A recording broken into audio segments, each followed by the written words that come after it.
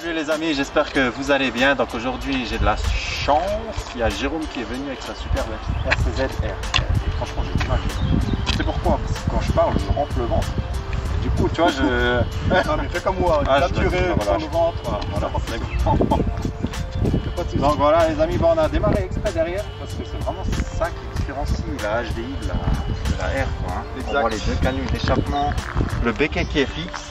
Parce que comme on le disait avec Marc, il y a 3 positions sur le béquet. Sur le béquet d'origine, sur les R, oui, enfin sur les R, c'est-à-dire que tu as 3 positions en fonction de la vitesse, bien sûr, que tu roules. Alors que là, bon, il doit chercher à alléger la voiture, donc béquet fixe, grand, qui appuie un peu plus, et puis voilà, ça fait gagner du poids, bien sûr. Non, franchement, elle est magnifique. Et la couleur, franchement, t'as des choses. Tu voulais une rouge ou pas spécialement? Ouais, j'étais plutôt fixé sur le rouge, parce qu'avant j'avais du noir, et le noir, c'est salissant, voilà. Et là, le rouge, je trouve que ça pétait vachement bien, quoi. Ouais, donc du coup, si j'ai bien compris, avant ça, t'avais une RCZ normale. Avant, j'avais une HDI en gris foncé arrière, ça s'appelait. C'est une grille qui avait pas de dans le noir. Ouais. Elle marchait très bien aussi, mais avec un stage 200 chevaux, 400 newtons. Ah oui, ça devait bien. Ouais, ça marchait très bien, en plus ça consommait pas trop. Et puis bon, quand j'ai vu ça, j'ai monté pas. C'est encore différent, puisque tu disais, il n'y a que 3000 exemplaires. 3054 dans tout le monde. Celle-là, elle est 200 et quelque chose. On vous montrera la plaque si on y pense pendant la vidéo. Voilà. Bon, ce qui différencie par rapport à une RCZ classique, bon, c'est sûr, c'est l'arrière du diffuseur, le petit R là. Le petit R de côté, c'est super important.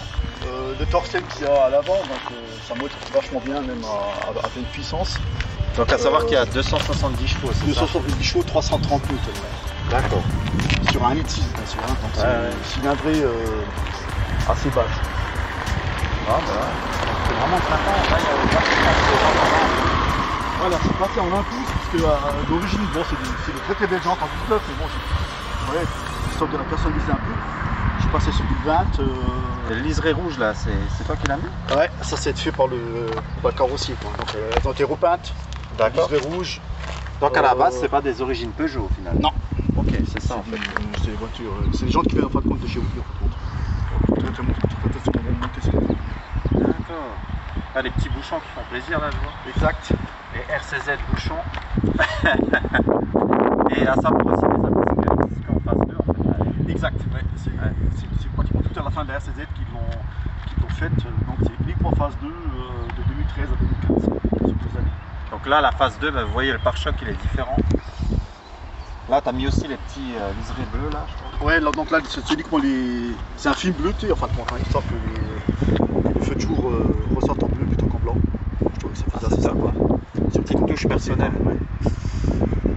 Et c'est du xénon qu'il y a dessus. C'est du xénon, ouais. Et ça, c'est des options ou c'est. Non, il n'y a pratiquement pas d'option sur cette voiture-là. Tu avais dit qu'on le toit carbone en option. Bon, la partie hi-fi intérieure, mais sinon, niveau option, c'est vrai que c'est assez. Bah, c'est bien, ça veut dire que de série, elle est déjà bien optionnée, quoi. Exact, super bien déjà. Là, on voit le petit R aussi devant, là. Ah, franchement, elle est magnifique. Hein. Ce qu'on peut faire, Jérôme, si t'es motivé, on va ouvrir, on va montrer ces magnifiques bateaux. Franchement, ouais. Pas de soucis. Donc du rouge et noir, hein, franchement, la config, elle est belle. Ouais, ça passe bien. Ouais. T'as quand même gardé le noir de ta première finalement. Exact. Tu l'as mis sur le toit. Uniquement pour l'intérieur et puis sur le toit, exact. Ah franchement. Et la finition au tableau de bord aussi, on avait vu chez Marc là. Ouais, ça c'est pratiquement identique, à mis à voir les coutures rouges. Hein. Ouais. Voilà le petit R là, on peut le voir les amis. Le siège baquet. D'ailleurs j'ai hâte d'être dedans. Ouais, on est bien assis dedans en tous les cas. Ouais. C'est super confort. Sur piqûre rouge partout. La petite horloge façon Aston Martin. Exact. Hein, il y a du taf. Super sympa. Et tu m'avais dit le nom c'est pas du cuir, c'est du Technotep. Ouais, et là on peut voir la plaque les amis. Donc voilà, c'était 212 je crois. Hein. Exact. On est pas mal hein, avec le pédalier à lui et tout. Il y a un vrai taf là, hein, sur la Peugeot là. C'est la seule où il n'y a pas de numéro de chez Peugeot. Hein. C'est une des rares qui n'a pas de numéro, hein, qui n'a pas de 0 au milieu en fin de compte. Hein. Ouais. C'est une série assez ouais. On va savoir que c'est un 2 portes. Hein. Enfin, c'est un 2 portes, c'est un 2 places. C'est un 2 plus 2, toi. Voilà, ouais. Un 2 plus 2, donc derrière tu mets des enfants, mais vraiment tu fais les passagers. Précision, parce que au-delà, il n'y a pas beaucoup de place derrière, hein. C'est vraiment. Non. On verra ça après de toute façon. Là, il y a le double bosselage. Hein. Je crois qu'ils ont vraiment géré. Hein. Ça, c'est toujours. Ça, c'est ce qui fait vraiment la différence, je trouve. Hein. C'est la marque de la fabrique de la RCV. C'est le toit, Ouais, bah, si tu veux bien nous ouvrir le capot moteur. Ouais, pas de souci. Là, on voit 10e anniversaire, hein, les amis. Franchement, c'est beau. Hein. Je te laisse ouvrir parce que moi, je me fous la honte. Tu vois, déjà, je vais pas l'ouvrir. Moi aussi, je cherche toujours. Ah, ça va, je suis pas le seul. Donc voilà, les amis. Là, le 1,6 litre qui est devant nous, le THP. Donc, il y a eu quoi comme THP? Il y a eu le 200. Il y a eu du 156. 156. À la base, ensuite il y a eu un 200 et maintenant un 270. Sachant donc que sur le R, c'est le 270. Exact, ouais. Donc c'est un moteur qui n'a pas grand chose à voir avec les autres. Peugeot a quand même beaucoup travaillé dessus au niveau fiabilité, au niveau chauffe, histoire que ça tienne le coup aussi, bien sûr. Donc c'est beaucoup plus, comment dire, il y a beaucoup moins de soucis que sur les 200 ou voire sur les 156 où il y a énormément de moteurs et de chaînes. Oui, là, c'est vachement poussé. Et, voilà. C'est poussé, c'est fiabilisé surtout. Voilà. Ils ont fait du solide. Énormément fiabilisé. Ouais, exact. Ah bah on va voir ça après. Hein. On a la chance d'avoir la R sur la chaîne. Donc, ce que je trouve magnifique, on l'avait déjà dit chez Marc, c'est l'ouverture du capot là. Exact, ouais. Avec le petit vérin, et ce qu'il disait Marc, c'est comme chez Volvo. Ouais. S'il y a un choc avec un piéton, en fait, t'as le vérin qui te fait monter le capot. Ouais. Ça évite qu'il tape le pare-brise. Exact. Ouais, franchement, c'est top. Les gens, ils ont vraiment travaillé le truc. Là, on a la chance. Là, en rouge, on voit bien le décor avec le plastique, etc. Alors, franchement, ça claque. Hein. 3 quarts comme ça, elle est magnifique avec les jantes en 20. Et les disques aussi, hein. Tu me disais, c'est du combien les disques? Les disques à l'avant, c'est du 380 mm. Ouais. Donc c'est énorme pour une voiture comme ça. Avec bien sûr 4 pistons au niveau du frein. Ouais, donc il y a vraiment quelque chose. Ça freine hyper bien. Ah oui, non, mais imagine. Si on disait c'était 3000 € la paire de disques. Exact. Quand il faut les changer, ça fait mal. Ça tape. Voilà, bon les amis, on va se retrouver à l'intérieur du véhicule. On va se faire un peu plaisir avec.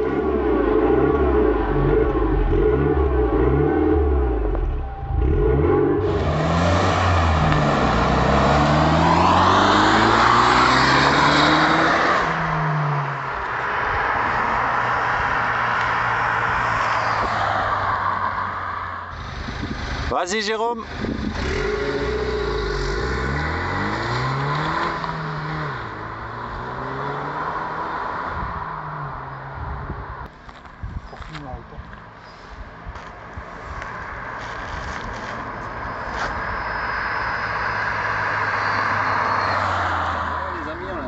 De la RCZ, comme je l'ai dit à chaque fois, tu vois. On voit d'ailleurs la petite plaque qu'on parlait avant.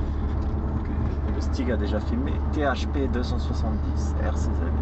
Ça annonce la couleur en fait. Ça annonce la couleur, ça annonce la puissance. Ouais. Le petit Technotep.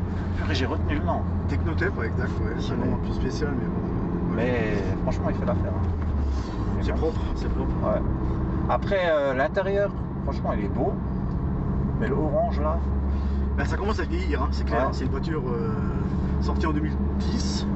Et voilà, puis là. 2010 et elle a 19 000 km. Ouais, bon, elle est sortie en 2010 la RCZ. Celle-ci elle est 2014. Sachant que la technologie c'est toujours pas la même. Hein. Donc c'est vrai que ça fait.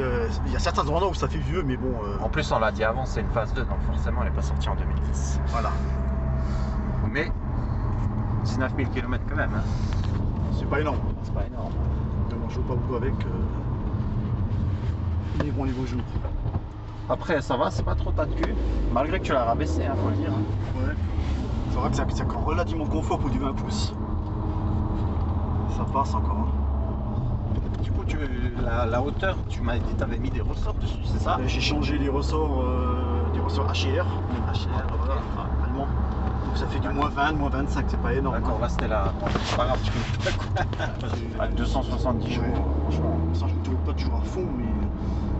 T'aimes bien te faire plaisir, c'est normal. T'achètes pas 270 chevaux. À 30 tout le temps. Non, tant que tu voyages chez les Allemands. Ouais, voilà, sur l'autobahn. D'ailleurs, t'as déjà pris combien avec sur l'autobahn? Je suis à 254. 254. Donc je donne à 250 et le maxi. Et j'étais une fois en descente à 254. Ah ouais. Ça envoie alors. C'était vraiment au max quoi. Ouais, c'est beau, hein, 254. Ouais, tu peux prendre par là, hein, Jérôme. Du coup, j'ai perdu le fil. Je voulais te poser une question, tu sais quoi, j'ai oublié. Ça, c'est bon. Non, je voulais te demander combien que tu l'as payé. Alors ça valait à la base, ça valait à peu près 50 000 euros. Ouais. Sachant qu'avec une reprise de l'ancienne HDI, plus un très bon revendeur qui m'a fait une super offre, donc j'étais à moins de 20 000 euros. D'accord. Et maintenant, ça cote combien une RCZR? Ça commence à recoter vers le haut. Ouais. Depuis bon, un an et demi à peu près, ce qui est étonnant parce que bon, on va dire qu'il y a moins de 10 ans en général ça perd. Ouais. Et là ça commence à remonter, donc là elle cote de nouveau vers les 28. Ah ouais. Alors qu'elle était déjà en dessus, pratiquement à 20, 22, un truc comme ça tu peux faire. Donc du coup là, si maintenant tu la vendrais, ce que tu vas pas faire, je Ouais. pense, tu gagnerais 8 000 euros au final. Facile, ouais. Ah Facile, ouais. Mais bon, c'est pas l'idée. Hein. Pas d'actualité, hein. En plus elle est magnifique. Ça touche un peu, hein. On a entendu la roue. Ouais. Ah, c'est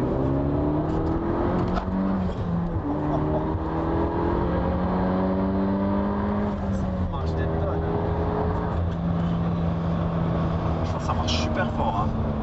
Je suis vraiment, je vais pas dire que je suis étonné parce que la 308 GTI c'était le même moulin, mais là je trouve que La GTI elle est un peu plus lourde. Hein. Ouais, c'est ça. Elle est un peu moins large aussi. Ouais. Donc La sensation est différente en fait. au niveau tenue, je pense que t'es mieux là que sur une GTI 308. 308 est très bonne, hein.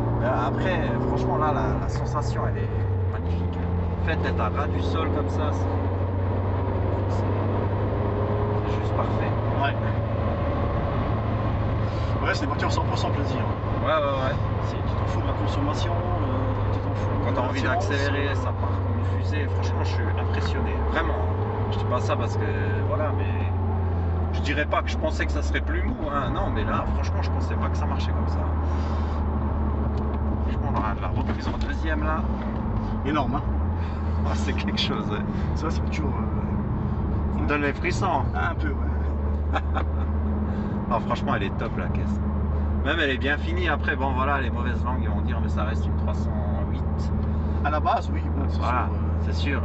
Mais bon, de dehors, franchement, de dehors, il n'y a vraiment pas à discuter du tout. Oui, il y en a beaucoup qui disent aussi que c'est une copie de la TT, hein. Oui, voilà. Ça existe aussi. Il y a à boire et à manger, mais franchement, elle est magnifique. Mais je pense que, vu le tarif, vu les perfos, Mais tu me ça- disais, ça vaut largement son tu prix. voulais aller chez Audi, mais toi, tu as toujours été Peugeot. Bah, écoute, j'avais fait un essai du TTS, pas une RS, mais une S. Ouais. Parce qu'en fin de compte, c'est comparable à ça, en fin de compte, niveau performance. Par contre, c'était facilement 8 000 euros de plus. Ouais, au niveau assurance, c'était plus aussi. Au niveau malus, c'était énorme aussi. Donc, Au final, tu fais. finalement, je reviens sur Peugeot, quoi. Ouais, voilà. Parce que c'est. Mais c'était plus un choix par rapport au budget maintenant ou par rapport, finalement, tu avais vraiment budget, le look. Ouais, aussi budget, bien sûr. Mais c'était aussi le look, en fin de compte. Moi, j'adorais la partie arrière avec le bombage du toit. Et Ouais, tout, le ça, double c'est- bosselage là, il est Et là, vraiment la TT, elle parfait. est tu peux trop prendre ça, classique là. en fin de compte. C'est une super voiture aussi, je pense. Hein. C'est pas bien fini et tout, mais Ah oui, c'est clair, non, il n'y a pas photo. Hein. bon, c'est un peu plus rare que TT aussi. Oui, bah du coup, là, il y a 3000 exemplaires sur la R. Voilà. D'ailleurs, elle est plus fabriquée. Hein. Non, depuis 2015. Ouais, donc voilà, ça rajoute encore quelque chose. C'est peut-être pour ça aussi qu'elle remonte en cote. Exact. Et un C'est exemplaire, tu peux prendre par là. Un exemplaire dans l'état de la tienne, franchement, ça fait 19 000 km depuis que tu l'as sorti que le week-end. Franchement, extérieurement, en vidéo, on s'en rendra compte aussi, mais je veux dire, nous, on l'a vu en vrai. Et des fois, on voit des voitures en vrai, elles sont belles, mais il y a des impacts, des choses là. La tienne, elle est vraiment chirurgicale, il n'y a rien. Elle est Ouais, vraiment neuve. il faut prendre soin en fin de compte, hein, c'est tout. Ah oui, c'est sûr, c'est sûr. Si tu ne bouges pas trop, forcément, tu n'auras pas trop d'impact. Tu m'as dit, elle n'a pas connu la pluie, celle-là. Elle n'a jamais connu la pluie, elle n'a jamais vu un hiver, elle n'a pas vu la neige, elle n'a que vu le beau temps. Voilà. Donc ouais, bah, je pense qu'on a fait le tour du véhicule. Je sais pas si Jérôme, tu voulais encore rajouter quelque chose. Non, super bien, super agréable de faire des vidéos avec vous. Merci. De présenter une bagnole comme ça, parce que bon, même si c'est qu'une Peugeot, bon, ça reste comme une voiture assez rare, quoi. Ben, les amis, n'hésitez pas à rester jusqu'à la fin de la vidéo parce qu'il y aura quelques photos bonus et ça peut être sympa. Donc si vous voulez voir des belles photos de la RCZ, ça peut peut-être même vous donner des idées. Hein. Donc n'hésitez pas à rester jusqu'à la fin de la vidéo. Jérôme, je sais pas si tu veux partager tes réseaux. Ouais, je filé après. Ouais, ben ça marche. En off. Ok, ouais, ben, avec plaisir. Et moi, mes réseaux, ben, Instagram, Jeannot Passion Auto et mon YouTube, ben, Jeannot Passion Auto 57. N'hésitez pas à partager, à laisser des pouces bleus. Et je vous dis à la prochaine. Ciao, ciao! Salut.